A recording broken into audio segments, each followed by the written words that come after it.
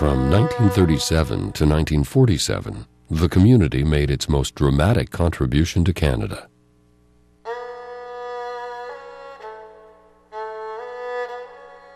The early families were hardworking, determined to start a new life here.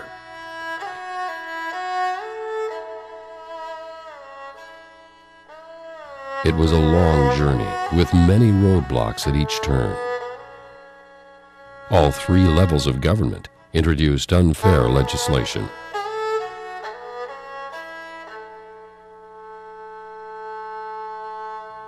Chinese Canadians knew their day would come, and in 1917, during World War I, eager to prove their loyalty to Canada, hundreds of Chinese Canadians fought at Ypres after volunteering to serve in the 52nd Battalion, a Chinese Canadian platoon.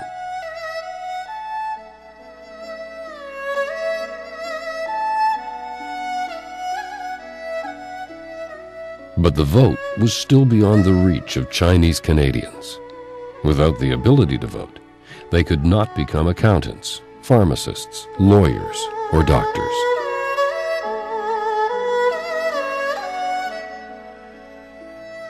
With restrictions on Chinese immigration, the community's future was very uncertain.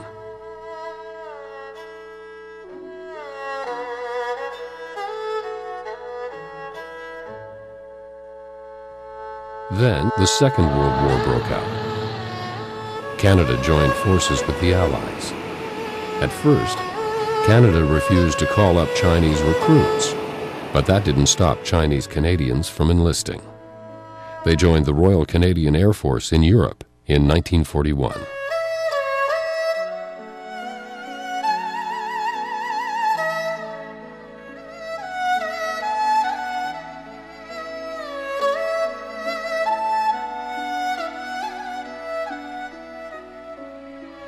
By 1944, Canada and China had become allies.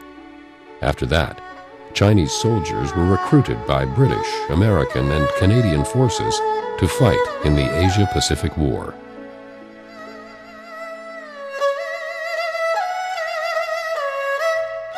Chinese Canadian forces led the community into the most dramatic and heroic chapter of its history.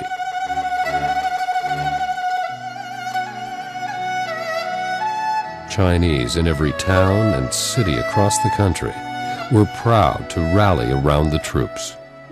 In fact, 35,000 Chinese, 0.3% of the population, joined together in a collaborative fundraising campaign. Many sold victory bonds and tags. Others mortgaged their homes and buildings to raise nearly $15 million for the war effort.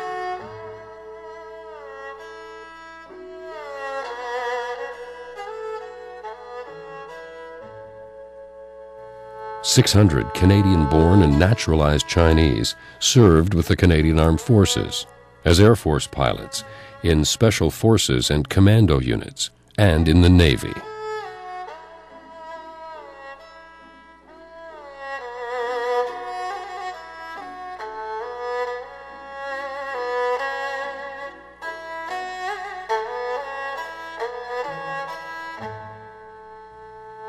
RCAF Bombardier Petty Officer Quan Louis was born in Canada and served in the 420 Snowy Owl Squadron. Louis died serving his native country, Canada, after his plane was shot down over Germany. He was only 23.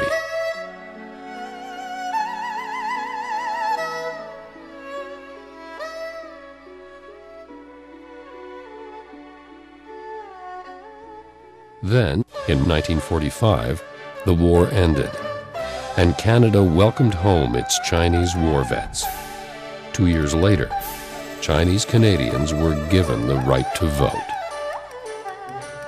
Today, war veterans like Quan Louis, who fought hard for Chinese Canadian rights and gave their own lives serving this country, are remembered for making the lives of their families and future Chinese Canadians much brighter.